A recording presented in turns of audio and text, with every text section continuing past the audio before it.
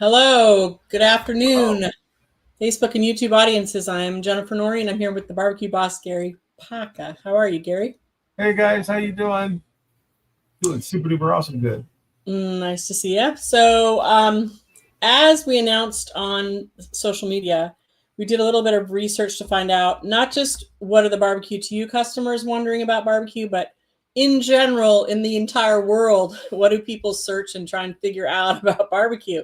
So this should be Uh, really good for Gary's ego because this is like worldwide reach. What are people wondering? yeah, and we stepped it up a notch, right? 'Cause I haven't looked at the questions at all, so I'm gonna Yeah, freelance every one of them.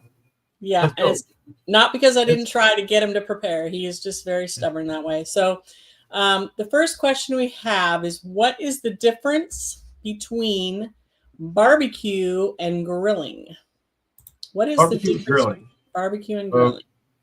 well, really, the question needs to be modified. Barbecuing is everything, both grilling and smoking.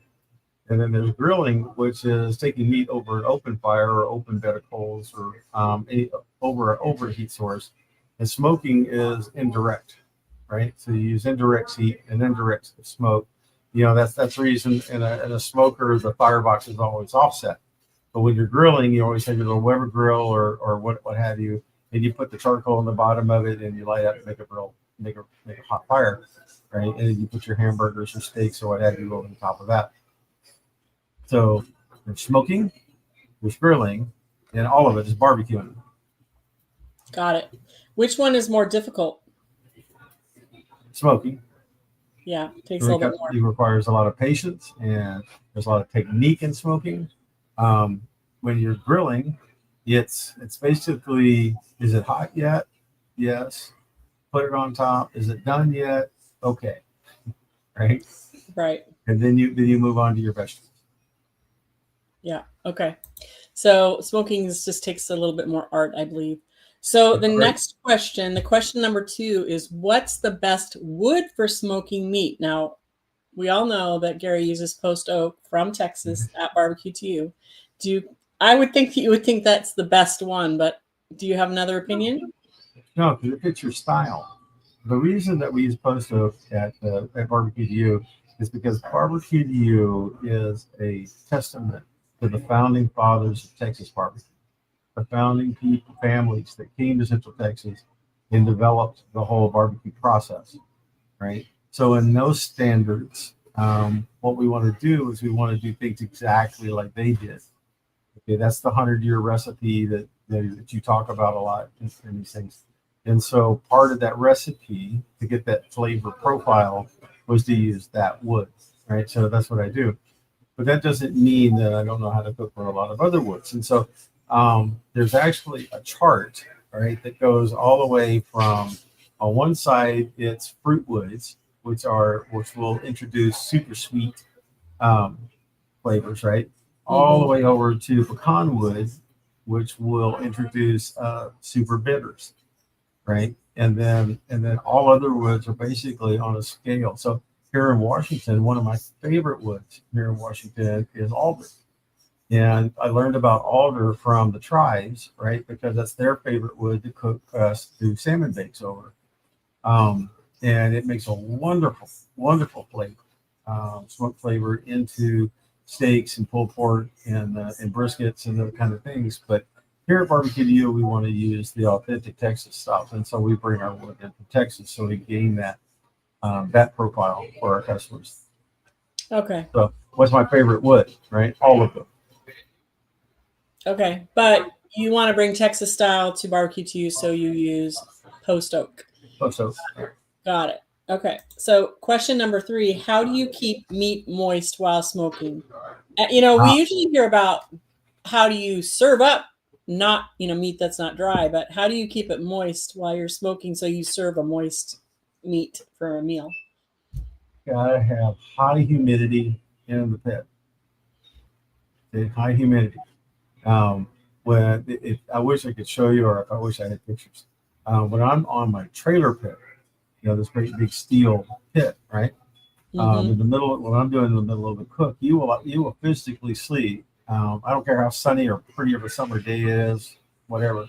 You will see the doors sweating. Okay, teardrops of water are running down the outside of the pit as the smoke escapes from the chamber.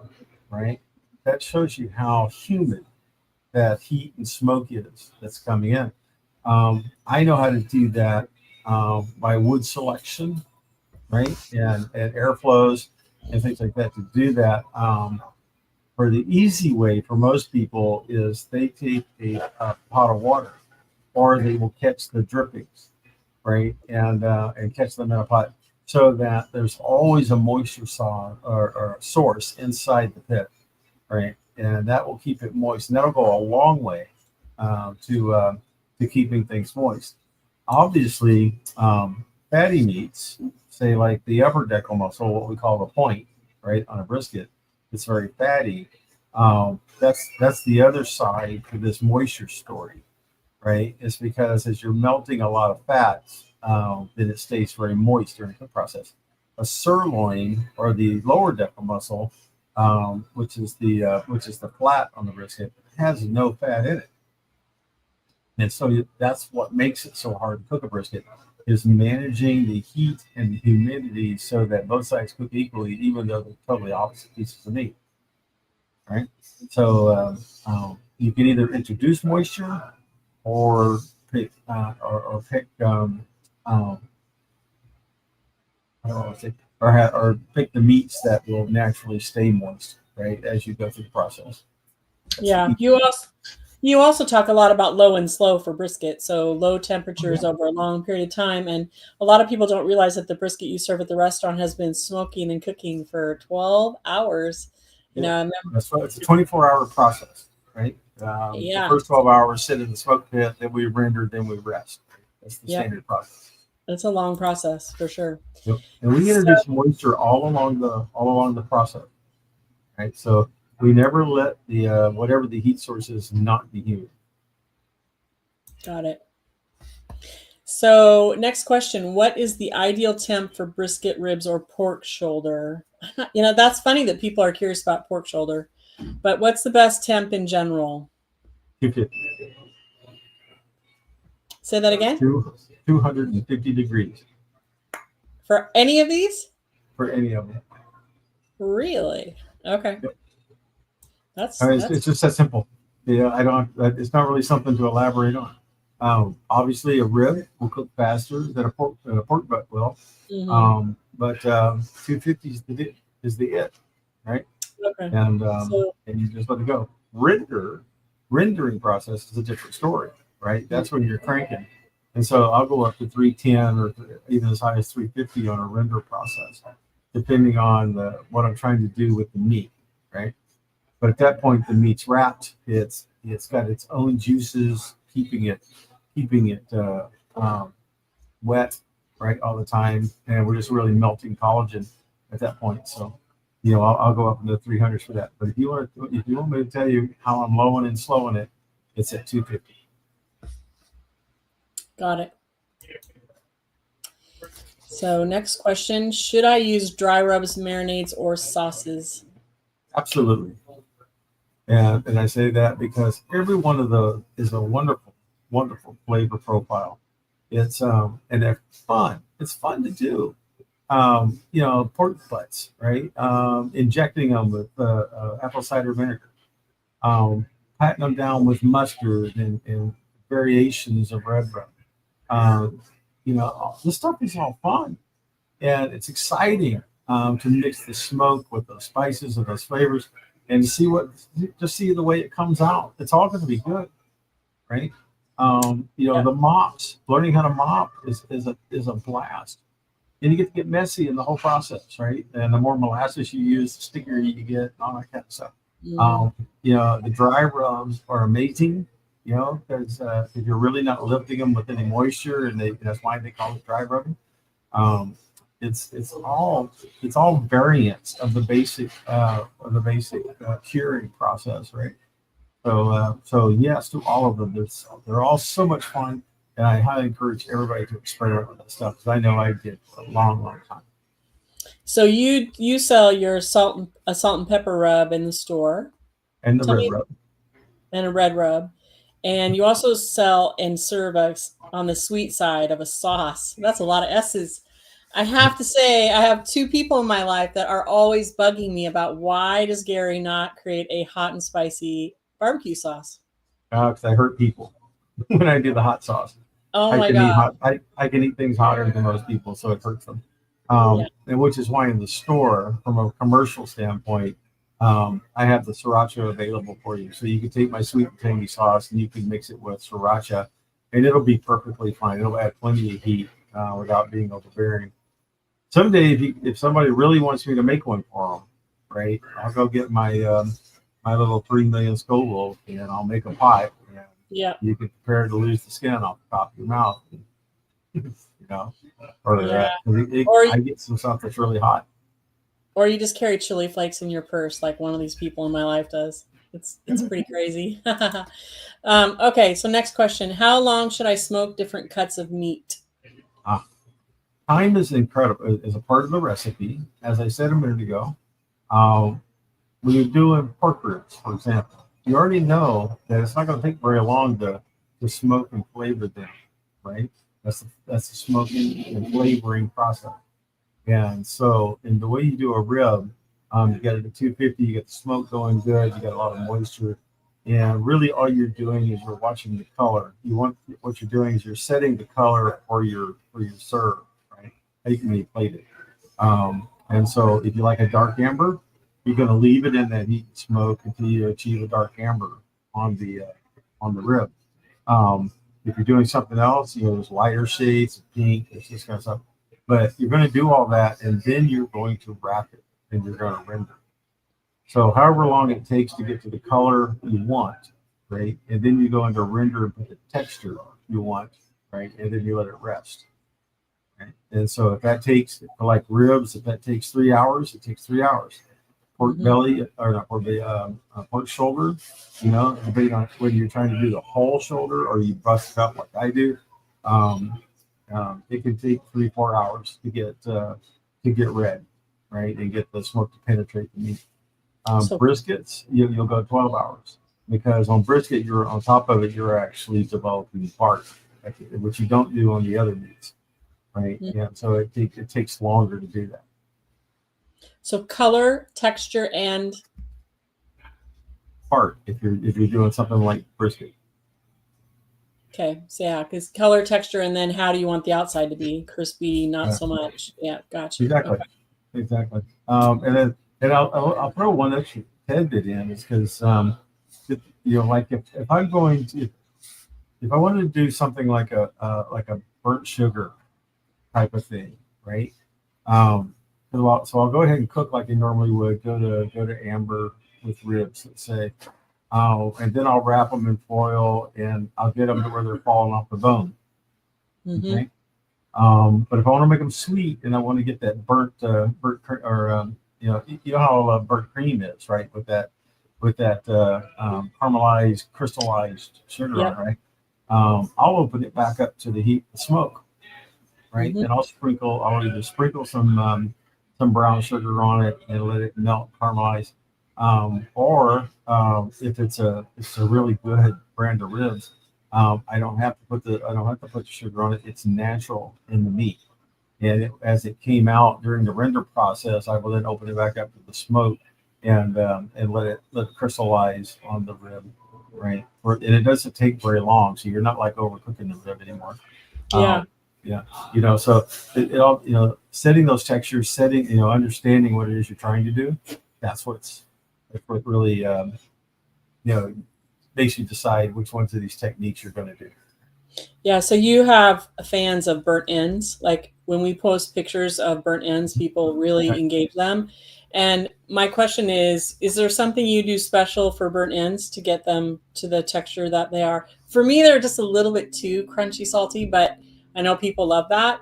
But do you do it? Is that the fats of the meat and what's in the meat, or is that something that you do to the meat to get that burn in? Yeah, you just abuse the heck out of it. Really, that's what we're doing. Yeah, but with heat. What is a burn in? A burn in is it came from the brisket cooking process. It's the fin. Where before they were careful, right? down Uh-huh. on the flat, right? The thinner end would basically jerk, right? Because it was just that hot. It was taking on so much heat, and it would dry out on you. Thus, you had, and so then when we get it out on the cutting board, and you see this a lot in the Kansas City servers, right? They'll take those ends and they'll slice them off, and they're about half jerked, is what they are, and those are burnt ends because it's burnt on the end, right? Um, uh, yeah, and so when you make burnt ends, we like taking the shark fin. If you remember the techniques for trimming out a brisket, we take the shark fin off and we basically unwrap it, take all the fat base off of it, and just get those really prime rib level, large green areas, and cut them into cubes, and we put them in the pit, and we just abuse them, right? Just absolutely just. I don't care about you. I'm gonna slap you around, and we're gonna cook you, right? And it's kind of a different frame of mind. Yeah, that's funny. As another trivia piece, you'll notice if you're watching any of the famous guys these days on TV, and they're always opening the door, and you're looking at those briskets. If they're in the second half to cook, you'll notice that they've taken aluminum foil, right, and they've covered the flat of the brisket right on the end, right, and they're doing it. So why are they doing that? They're trying to prevent the burn in from occurring. That's why they put that foil on there like that, and because they're trying to serve, they're trying to use that lower part of that to build their competition presentation, right? And they don't want it all burned up and jerkified, so they're putting that aluminum foil on there to shield it. It's the opposite of a lot of the rest of the things you talk about. It's the opposite of like keeping things moist, keeping humidity high. It's opposite. It's here's these ends. We're going to salt and, spice them. Salt and pepper you and throw you in the fire, baby. Yeah, that's just so funny. It's ironic to me. So, okay, next question. Do I need a smoker or can I barbecue on a regular grill? Well, I'll finish where I started, right? Barbecue is the upper level word, and you're either grilling or you're smoking, one of the two. And so, do I need a smoker? Yeah, you need a smoker if you're going to smoke meats, right? And you need a grill if you're going to make hamburgers and steaks, right? And it's just simply two techniques, and both of them are called barbecue. So the answer is yes. Yeah, it sounds like the nature of the question reflects a confusion about the difference between smoking and barbecuing. So that's kind of interesting. We need to educate our audience. So, okay, what are the best sides to serve with barbecue? We know what barbecue to you serves. Do you feel those are the best or the most popular, or what? Let's talk about it in depth, right? So I'm sitting up there barbecuing. I got the briskets going. I'm happy and getting a lot of juices coming off that thing. I'm catching them in a pan. One of the fun things to do is take some diced tomato, and some seasonings, and you can dump a bunch of those drippings in there. You throw some chunked up pieces of brisket in there that you've smoked up, and you throw some spice in it, and you make yourself some chili. Right? If you want to make some really nice baked beans, you throw some pork and beans in there with the fat, right?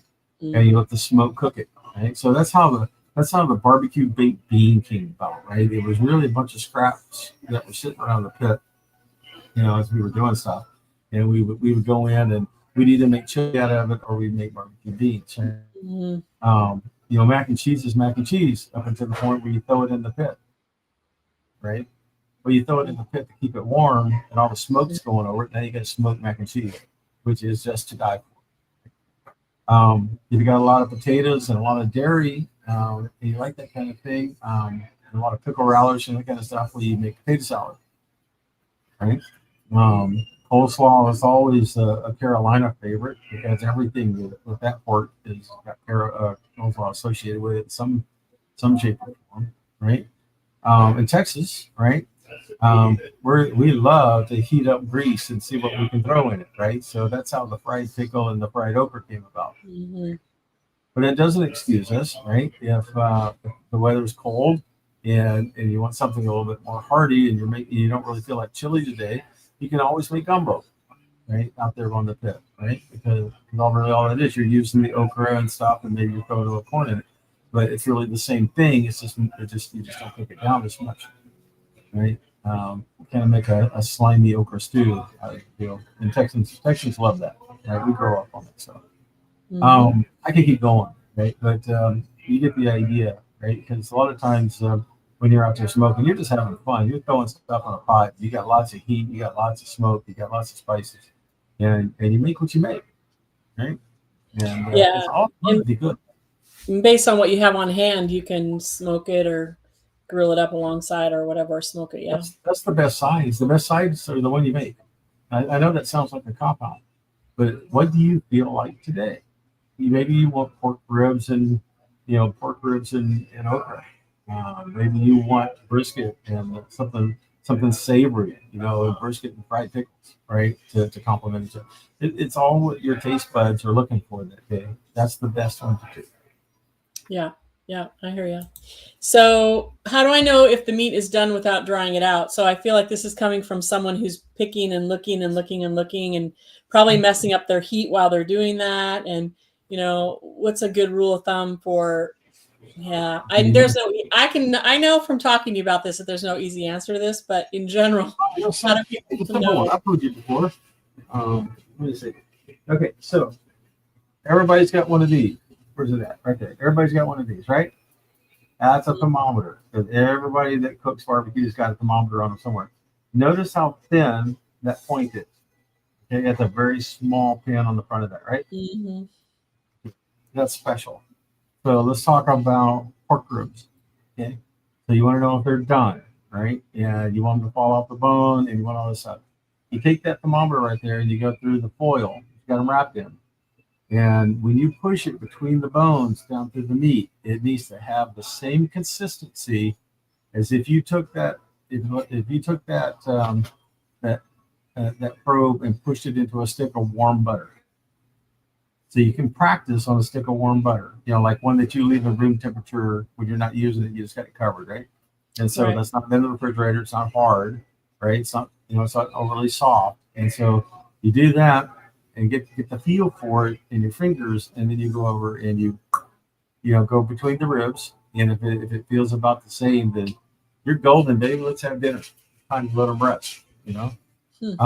As we go up, now you get the big chunks, right, of pork butt, because you're making pulled pork. Okay, but you don't have to do that process, because the whole idea of making pulled pork is to make it fall apart. So after it turned amber, you put it in the pan, and what I do is I put it in the pan and I cover it with foil to lock in the steam. And I'm just brutal.